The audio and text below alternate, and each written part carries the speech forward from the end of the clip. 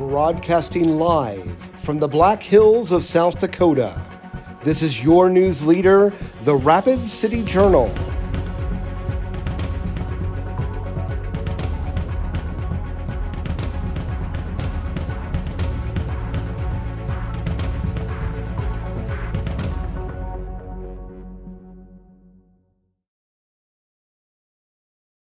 Mics are going live.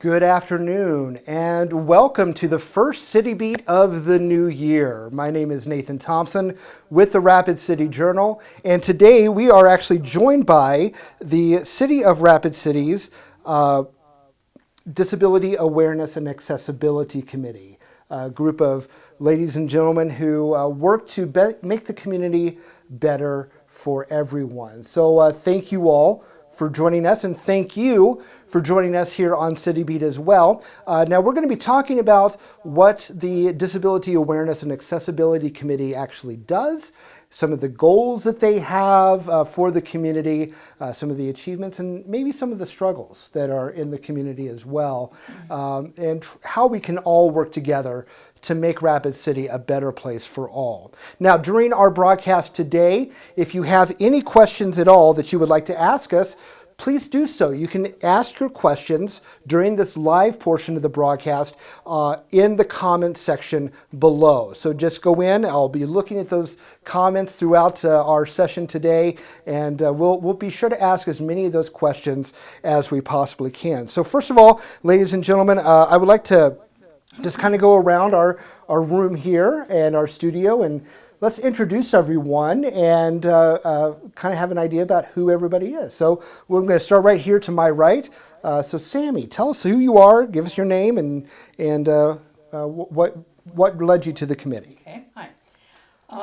My name is Sammy Kinsey, and I've served on this committee for several years now. I'm a retired nurse from Rapid City Regional, and upon my own early disability retirement, I knew I wanted to use my time by volunteering and serving the community in some capacity. And so when this committee was looking for new members, I felt maybe I had something to offer. And so I've enjoyed serving, and I think we've accomplished a lot of great things and hope to accomplish more. Well, very good. And Sammy, thank you for joining us today. And again, we appreciate that. And next to Sammy is Steve Massapus. Steve, how are you today? Very good, thanks. So tell us a little bit about yourself, Steve. I'm currently the chairman of the committee, and I've been on the committee for about 5 years. I'm a retired physician from Rapid City, so with my medical background, and I have some personal issues with disability, I thought I could contribute quite a bit to this committee. Well, good, and thank you for serving this committee and serving as the president. How long have you been the president? Going on my second year. Second year of the chairmanship. All right. Well, thank you and welcome to City Beat today. And then right next to Steve is Kelsey. Right? Sorry. See, I told you I was going to mess up on somebody's name. So, Kelsey Stein, tell us about yourself. I was born and raised in this area, and last spring I started an organization called Accessible Black Hills, which is working towards promoting to tourists and locals accessible locations in the area. And I was asked to speak at this committee, and then was invited to join end of last year. So pretty new, but really excited to be involved. Well, we're glad that you have made the decision to serve the committee and bring your knowledge and your experiences to make Rapid City a better place for all. Thank you, and thank you for joining us today as well. And next to Kelsey, we have Thor Yinchus. Did I say it right? Did I get it right? Very close. Very close. All right. So Thor, tell us about yourself, please. I was injured 12 years ago, and I kind of went from really not knowing any disabled people till living it. So I kind of feel like, I have something to contribute by living it, basically. And the fact that I feel like I was ignorant about it before and realized the importance of helping out and make people aware. Well, again, thank you for your service to the community, Thor. And you've done a lot of really cool things too. We'll talk about some of your things and your projects that you've done as well to help out the group and help out the city. And finally, last but certainly not least, we have Patrick Zern here as well. So Patrick, welcome to City Beat. Tell us a little bit about yourself. Thanks, Nathan. I work for a program in the state that provides equipment to people with disabilities, and my parents were deaf and worked with those issues as I was growing up. So I've been involved in this my whole life, and saw the opportunity to sit on the committee about 5 years ago as well, and have enjoyed the opportunity. Well, again, thank you for volunteering your time to make this committee achieve things and make the community a better place. And I can relate to your story a little bit, Patrick. Both my parents, my father and my mother, were interpreters for the deaf. My father was a police officer in Oklahoma, and so anytime that there was somebody who had a hearing impairment or something along those lines, he would be called to help in assisting with the communication, and that went on through our church as well. So I certainly appreciate your skill set. I'm really, really bad, by the way, at ASL. I try my best, but yeah, I'm a better writer, I guess. So anyway, well, again, the Disability Awareness and Accessibility Committee. Steve, I'll go to you on this one. Why was the committee formed? When was it formed? And tell us a little bit about the committee itself, if you would, please. All right. We currently have 11 members, and we're a volunteer committee. We're appointed by the mayor, and we basically advocate for people with disabilities, and we also serve as advisory to the mayor and the city council. Mm-hmm. It began in 1975, and it was called the Mayor's Committee for Employment of the Handicapped. Okay. And I suspect that came about because there was legislation in 1973 called the Rehabilitation Act of 1973, and that laid down new standards for employing people with disabilities.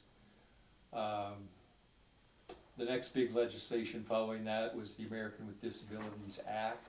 Mm-hmm. That was in 1990, and that expanded disability concerns not only from employment, but to public accommodations, public programs, and telecommunications.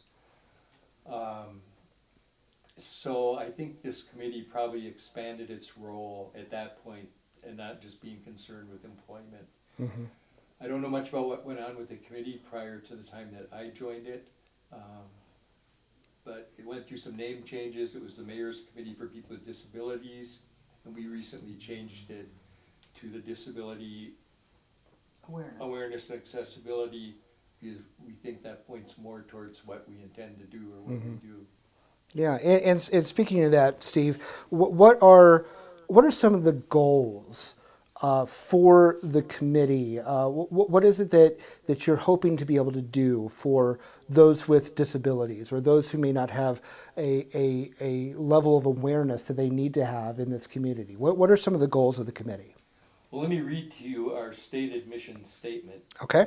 It's to advance, support, and promote equal inclusion, status, and well-being of persons with disabilities in all aspects of Rapid City community life. Mm-hmm. What that means to me, our first goal is to see that all programs, services, facilities that are open to the public are also accessible and usable by people with disabilities. Mm-hmm. And our second goal is to improve awareness of people with disabilities as far as what they can contribute to the community and not just what their needs are. Mm-hmm. Good. And the ongoing work of the community. Now, we are in, I think, an area of the country where there are some challenges to accessibility. We live in a mountainous area. Lots of folks are spread out. I know that there have been some drives here, specifically in Rapid City, for better sidewalks and better ways to actually go through and transport yourself through the city. So, Kelsey, I think, really here in this public sphere, there are some definite challenges in Rapid City for those with disability and accessibility concerns. So, in your mind, Kelsey, what are some of the biggest challenges that you personally may even have experienced here in Rapid City? Sure. Well, like Steve said, the Americans with Disabilities Act was in 1990, so that was only 30 years ago. Rapid City is a lot older than 30 years ago. So some of the challenges, I would think my examples, I've worked downtown for a long time, and a bit farther out downtown, I was heading to probably a coffee shop or something, and I get to the end of a sidewalk and there's no curb cut, and so I have to go this other direction. I remember this one time, and I think these have been fixed since then, but I know there are still places where you can't get off a sidewalk if you're in a wheelchair. Sure. So for me personally, there's that. Other ones, the area is completely gorgeous, but there is a lot of snow. Yes, we're probably going to have some more tomorrow. Right, So and it's beautiful. Like, I love a white, like Christmas, winter time. Love the summer when there's no snow. But clearing sidewalks, and specifically when it all piles up again at those curbs, and then there's like a little plow area, but not sometimes wide enough. That's one. Otherwise, parking can be difficult. So those are some, but organizations like this committee and other just businesses themselves, when you become more aware of it, then you know to make a change. And sometimes it's securing funding, but with the growth of Rapid, it's really exciting to see those things taking a priority. And Kelsey, as I look around downtown Rapid City, there's been some reconfigurations of major intersections that have been going on for the rumble strips. I think that's what they're called. I'm not for sure. If I did that incorrectly, please forgive me. But for those who are visually impaired, to allow them to safely as possible enter an intersection. We see that going on in areas. Are there any areas in Rapid City that you feel might do a little bit of a better job, that maybe the city needs to pay a little bit more attention to? I can't think of specific areas off the top of my head. Sure. Sorry, that was a random question. I apologize. No, that's fine, but I think anywhere you can find something. Like, that's a great example of the rumble strips, and I know those aren't on every corner or just historic buildings that don't have elevators or a way up. And then a lot of, I think, historic buildings, once you step outside the door, it's not the landlord's ownership, it is the city's. So Right. if we were talking specifically about the city, just areas like that, improving cracks in sidewalks or potholes or... Yes, please get onto that for all of us as well. But I can't think of anything specific unless someone else can, where you're like, that place. Yeah, so I know that's kind of just thrown out at you. And Sammy, did you have something? I don't know if this is in regards to what you're speaking of, but I have had people bring to my attention that some of the businesses downtown, if they could be more aware of being able to serve all of the community like that some places, it's difficult to get in the door. Sure. And once you get in the door and in the store, that the aisles to accommodate a wheelchair, such as Thor has here, you can't navigate because the clothes racks and everything are maybe so close together.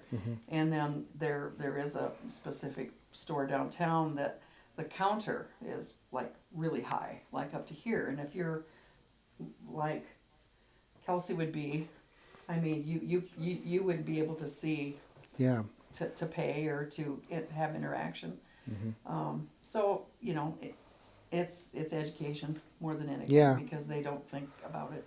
Yeah, So. and that seems to be a lot of the things that I think we as a community can do better. Just be more aware and look at the surroundings and understand that there are differently abled individuals in our community and let's do our best to make it a better community for all. And I think, over the years, and I'll turn this one over to Patrick. Over the years, Patrick, since the committee has been founded, what are some of the accomplishments that the committee itself has experienced? Well, we've discussed a lot of accessibility issues as a committee, and we've fielded concerns from citizens throughout the committee, and those concerns could be related to public parking, private parking, curb cuts, street crossings, sidewalks, transportation, public accommodations that may include motels and travel destinations and restaurants. And in response to those, we usually invite people in that are stakeholders that we can learn from, and they let us know what they're doing to address these issues, and then we relay our concerns back to them, and then through that we usually come up with a consensus and may send out a letter to an entity or refer a concern to someone who's more appropriately able to handle those concerns. And so through that, we've had a lot of organizations and representatives come to our meetings. We've had the city ADA coordinator, we've had people from Public Works, we've had people from Rapid Transit, parking enforcement, the Visit Rapid City people, Black Hills and Badlands Association. And through all that, we've developed partnerships with a lot of these organizations. And so these people have actually asked us to become stakeholders in some of their activities. We've been involved recently with Rapid City's long-range transportation plan. We've been invited to look at the dinosaur park modifications that are going on. Yeah. We've been invited to sit at the Rapid City Parking Committee's meetings, and we've been involved in a lot of the parking situation, and especially downtown. Yeah. As far as other activities that we've conducted, we annually put on what's called the ADA Picnic. The Americans with Disabilities Act is celebrated on July 26th. Okay. And this year we held at Main Street Square. Great. And public is obviously invited. And we have a lot of vendors there that provide information related to disability services in the area. And it's a great activity. And then at least several times a year, we like to give an award to recognize a business or individuals that have gone above and beyond in working with people with disabilities. And those awards are given out in conjunction with a city council meeting and presented by the mayor and our chairperson to those individuals or businesses that go above and beyond. And so we'd like to recognize those people. We've worked with, Thor can speak to a PSA we just recently put together. Yeah, so yeah, that's an interesting thing that I just found out about today. Actually, that this committee has put together a public service announcement, and Thor, you're the person who kind of created that. Is that right? Well, yeah, I was the one in it. Which was, like we said earlier, a way of making awareness about, and what that was about is next to some parking or handicapped parking spots, there is this striped off area, which is called an access aisle. And what it was about was creating an awareness about what happens when you crowd that. because that is made for someone that needs extra room to get in and out of the vehicle. It could be someone in a walker or wheelchair. So what we had in there was me parking, and then someone else came and parked too close to my, excuse me, my car, so I couldn't get in. Yeah. So basically the show was there right away. So yeah, it was fun to make, Well- and I think it gave the message. Well, I hope so, because I will tell you, Thor, that is one thing that just hacks me off more than anything. Whenever I go to a store or even here downtown, and you see somebody who ignores the lines. Now, whether or not that's for a handicapped spot or for those with different abilities that actually don't need the extra space, that just hacks me off, and I have to hold off my temper a little bit sometimes where that happens. So I think going in, there we go, a little self-confession here from a member of the media that I have a temper problem with people who don't pay attention to handicapped spots. And the other thing that kind of makes me mad, I'm just going to say, is if I'm going and there's a specific spot for somebody with disabilities, and a person just pulls in there, they don't have the tag or they don't have the handicap license plate, that just, I mean, come on, folks. Let's do better as a community. Don't be one of those persons that does that. So thank you for making that PSA. Yeah. About that. People don't mean to be in the way or mean to be mean to you. It's an ignorance thing. Sure. You know? Sure. So, like we said, it's Education. education, creating an awareness. Absolutely. Well, some other things that bring up some awareness in the community about what the group is doing, have some special events. So, Sammy, I'm really intrigued about this, okay? So, you are planning a skating event. Yes, we are. Okay, so I'm dying to hear about this. What is Okay. it? What is this skating event, Sammy? Well, I'm going to look at my notes. to Sure, make sure I don't no get anything problem. wrong No here. problem. So our committee, along with Main Street Square, is hosting our first, hopefully annual, All Ability Skate Day on Saturday, January 29th, Okay. from 1 to 4 p.m. at the square. Dakota Charitable Foundation is making it possible for this to be a free event to all those that are participating. I am the liaison for our committee, and so I sit in with the City Parking Advisory Board and have been working and talking with them to see if they would help us have free parking, and they have agreed to do that. Oh, great. They are very, trying to be very accommodating to us. That's great. So there is going to be free parking on Saturday, the 29th. Actually, they had first said that the parking would be from, let's see, our event is 1 to 4, and they were going to have free parking from 12 to 5.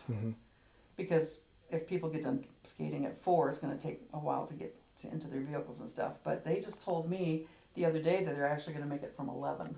So if anybody good. needs to get down there Good. sooner. And the one condition is that parking is to be somewhere, within the vicinity of the rink. And they want to have your disability placard visible, showing in your car, or have the license plate on the car. And they are going to forego people parking anywhere downtown. And they are also going to print off some sheets or papers for us, and I don't think our committee knows this yet, but they're going to give them to us down there at the square that day. And if somebody has like a family and they want to bring their children or grandkids to skate with them, and they don't have enough room in that vehicle that has the disability sign, they will give those to us, and we can offer to give those to them to put in their dash, and it's just for that day. Good. Main Street Square is providing hot chocolate, Nice. and they are going to have the warming stations going for Okay. skaters. Hopefully it'll be not too cold of a Let's day. hope. Let's hope. And the really great thing about this is that Rapid City Rush has volunteered to help How awesome. participants, with the participants on and off the ice that day. That's great. So, because not all of us are good skaters, so we can't do it. And Black Hills Works has got a big part in this. They're putting together some adaptive equipment that will be there for people to use, and they're going to actually stick around and show us how to use it and show us how to adjust it.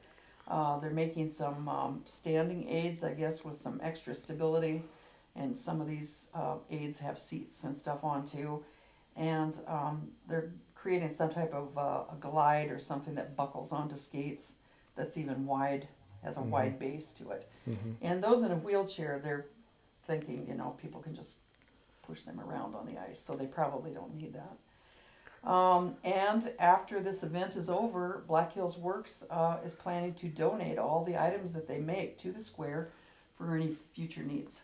Oh, that's great. That's great. So I want to add also that D'Amico down at Main Street Square said that we can use the loading zone on 6th Street for people to on and offload.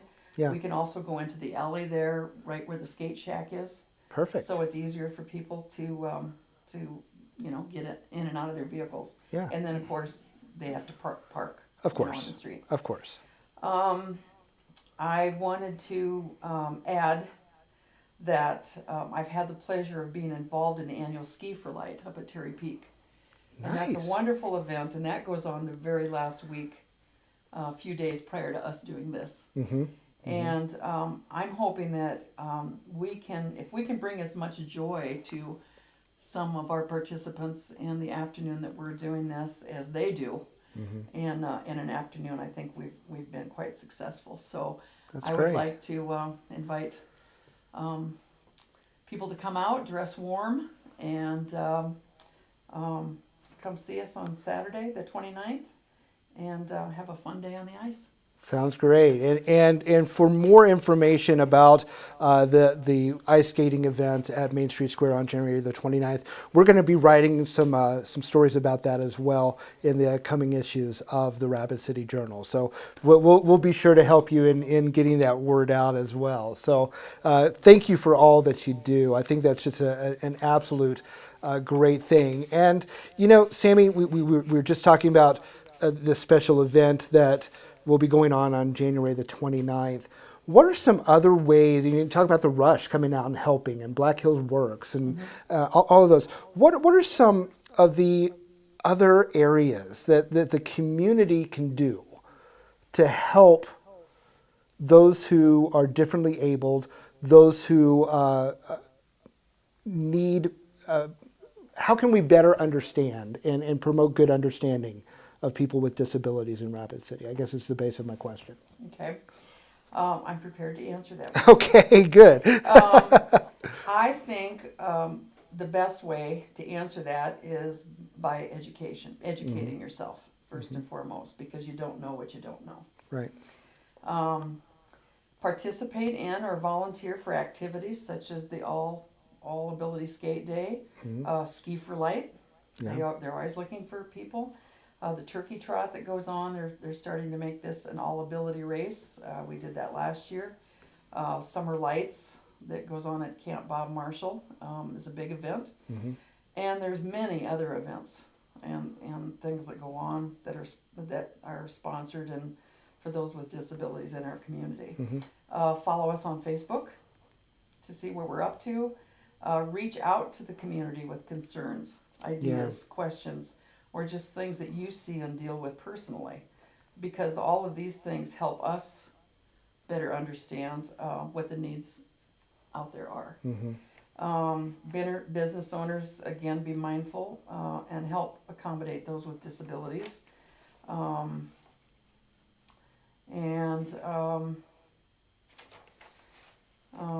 don't know. We didn't bring this up, but we did make a difference in our parking meters downtown. Yeah. When the new parking meters were put in place, nobody took into consideration the height of those, and so there was complaints, or I don't know, who got a hold of the committee or if we did, but but because of that, we were able to address that, and they made adjustments for that. So, Well, good. so I guess back to the question, it all really just starts with education and communication, and that's how we can all attain better understanding of the needs of those with disabilities and what our community needs. Well, thank you for sharing that. We have one comment as well from a viewer. I think this is a name that we will all know. Laura Armstrong. She has commented on our live stream, and of course, Councilwoman Laura Armstrong. She says, "Great job, you all. You make me proud." And she has all kinds of those great little emojis that go afterwards as well. So absolutely. You know, I think the aspect of education and awareness is something that we can all do a better job of. I moved to Rapid City 2.5 years ago, and I was not aware of the committee. So I think having discussion programs like this, doing these great community events that you have, like the All Ability Skate that will be coming up, are all really good drivers. But Steve, one of the things that I can think of is if someone actually has some questions about disability awareness or accessibility, what are some resources that are available to members of the Rapid City community? Well, currently on our website, and it's actually somewhat difficult to maneuver to it, but there are links there to organizations that have to do with the questions you were asking. That needs to be updated, but that's there. Then online, anything having to do with ADA is very easily accessible. There's a regional ADA office called Rocky Mountain ADA, and that's in Colorado Springs. Okay. They have people there during the week that you can talk to and directly ask questions. They've been very helpful. Good. And if someone is interested more in what this committee does, the Disability Awareness and Accessibility Committee, you talked about the website, and I would agree with you. It's a little difficult to navigate to, and Daryl Shoemaker and I might have a conversation about that later. But how can people get more information about the Rapid City Committee, or who can they contact if somebody has concerns about accessibility issues in Rapid City, or maybe even holding another awareness event? Who does somebody in Rapid City contact? I think the primary routes through which we've received inquiries is just through members. I didn't mention this earlier, but most of the members of our committee are associated with another organization that deals with people with disabilities. We have Black Hills Works, that was mentioned, Communication Services for the Deaf, Dakota Link, Accessible Rapid City. Anyway, there are connections there that get to us. Another way is through our website, and again, that needs to be spruced up a little bit. Many of our concerns come through the mayor's office, and he relays that to us. We also have a liaison through the city council, and that's another avenue for connecting to us. We also have a Facebook page. And that's right. And would welcome anybody to connect with us through there as well. Okay, so and the Facebook, do they just, how does somebody find you on Facebook, Patrick? We have our correct name out there. Okay. The Disability Awareness and Accessibility Committee, and it's relatively easy to find. Okay, good. Do they just put Rapid City in there as well? Yes. Okay. It does help. Yeah. Yes. Good. But we would invite anyone to comment or message us, more importantly, if they had something they wanted to share privately as well. Well, very good. And we are kind of coming up to the end of our time here together.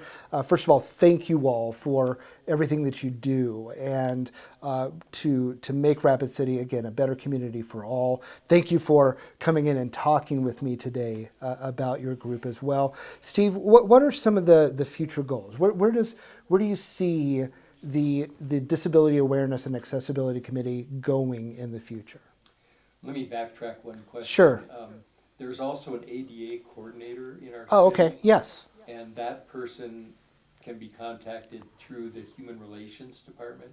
Again, it's sort of a difficult way to get through at the city's webpage. Mm-hmm. But that person is required to accept any official grievances Okay. that people would have, and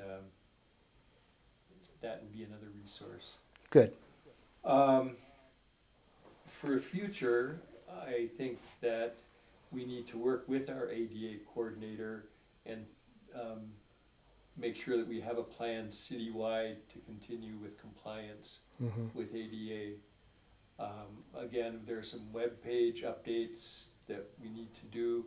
I would like it if people could access us directly through our website and answer questions that way. We want to continue to organize activities that improve awareness, as we've done in the past. Good. Well, those are all exceptional goals, and the work that you do, I think, in the Rapid City community is so very important. And I had no idea it's been around since the 1970s. My goodness, that's great. And there's much that has been accomplished in Rapid City, but there's a long way to go as well, as we all know. And if we can all work together as a community to make it a better place for all, I think we will all obtain mutual goals in the process as well. So to these members that have joined us today from the Disability Awareness and Accessibility Committee, thank you for spending your lunch hour with me. And I hope you enjoyed the conversation. And thank you for tuning in to this edition of City Beat, brought to you by the Rapid City Journal and the City of Rapid City. I'm Nathan Thompson. We'll see you next time.